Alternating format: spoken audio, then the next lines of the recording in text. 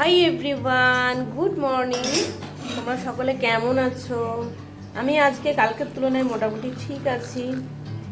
কালকে তো খুবই ক্রিটিক্যাল টাইম চলছিল আমাদের জীবনে, চিনির শরীরটা খারাপ। তো যাই হোক, আমার নতুন ভিডিওতে তোমাদের সকলকে ওয়েলকাম।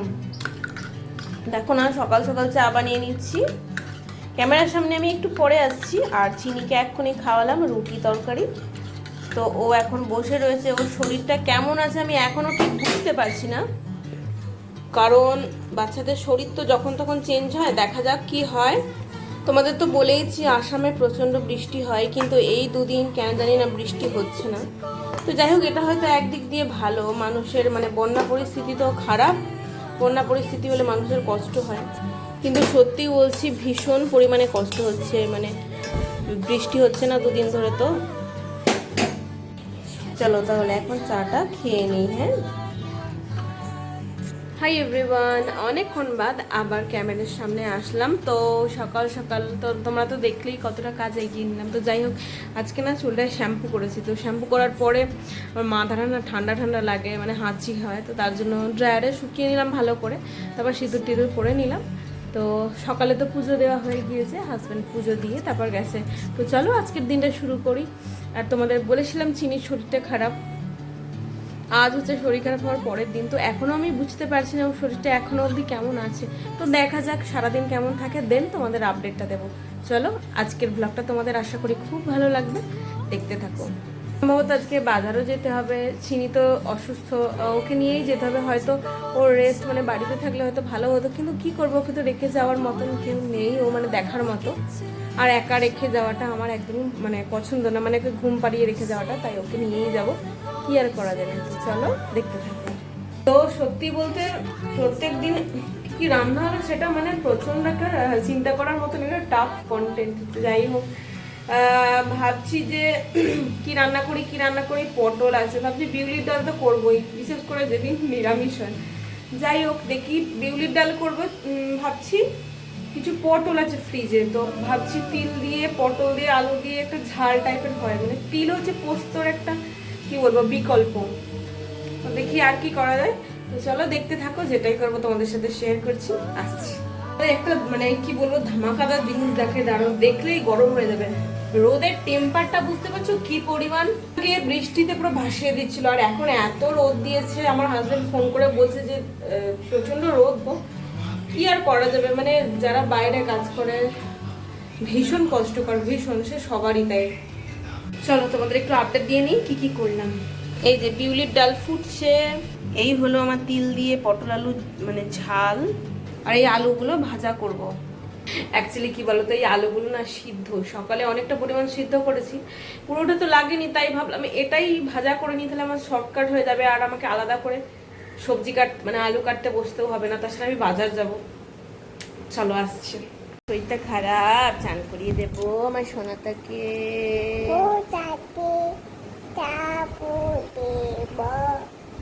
হ্যাঁ তো শোনো, চিনির জ্বরটা তো আসেনি আজকে, সারাদিনের মধ্যে জ্বরটা আসেনি ঠাকুরের কৃপায়, কিন্তু একটু লুজ মোশন টাইপের চলে এসছে। তো যাই হোক, যদিও জ্বর আসেনি, তাও আমি ভাবলাম যে স্নান করিয়ে দিই ঝটপট করে। তো স্নান করিয়ে দিয়ে ওই জন্য চুলটা আমি হেয়ার ড্রায়ার দিয়ে শুকিয়ে দিচ্ছিলাম। কারণ কি, আমার মনে হলো যে এখন তো গরমকাল, ফ্যান ছাড়া থাকা সম্ভব নয়। অথচ ভিজে চুলে যদি ফ্যান চালানো হয় তাহলে হয়তো ঠান্ডাটা আরও বেশি লেগে যেতে পারে, সেক্ষেত্রে হয়তো আবার জ্বর চলে আসলো। তার জন্য আমি হেয়ার ড্রায়ার দিয়ে শুকিয়ে দিচ্ছিলাম। আর ও না খুব এনজয় করে হেয়ার ড্রায়ার দিয়ে শোকানো, কিন্তু মুখে হাওয়া লাগাটা দেখবে বাচ্চারা পছন্দ করে না, ওদের নিঃশ্বাস নিতে অসুবিধা হয়, তার জন্যই হয়তো। তো ওর জন্য বারবার মুখটা ঘুরিয়ে নিচ্ছিল। কিন্তু তোমরা আবার ভেবো না যে ও অপছন্দ করছে। তো এখন ঘুরিতে বাজে ঠিক 2টো। আমি রেডি হয়ে নিয়েছি, চলো বাজারটা সেরে আসি। আমি রেডি হয়ে গেলাম বাজারে যাওয়ার জন্য। আর ওই যে চিনি, চলো বাজারটা করে আনি। কচি হবে এই চিনি, কোথায় যাচ্ছ?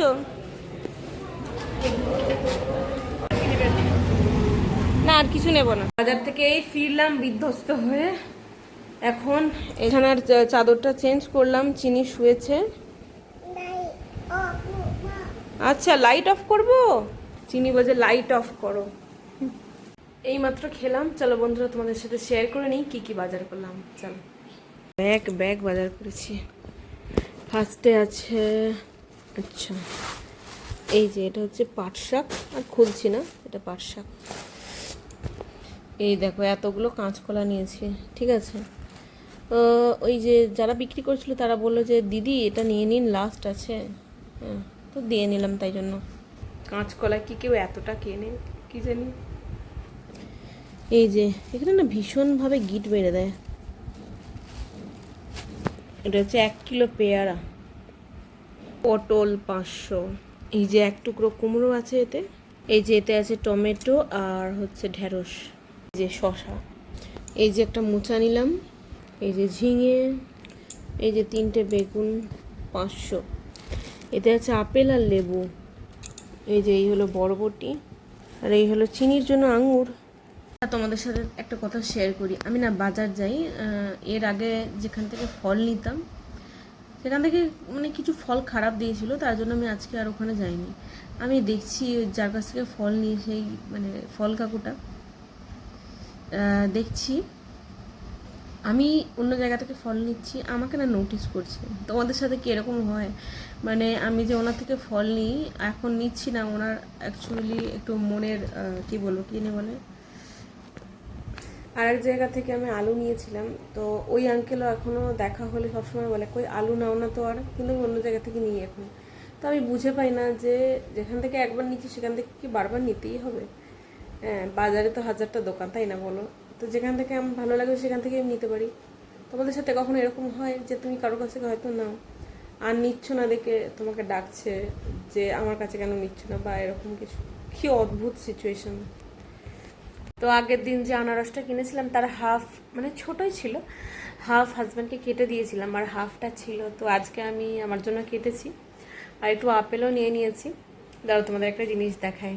আমার না এই যে শিরগুলো, এই যে এই শিরগুলো না আমার খেতে খুব ভালো লাগে।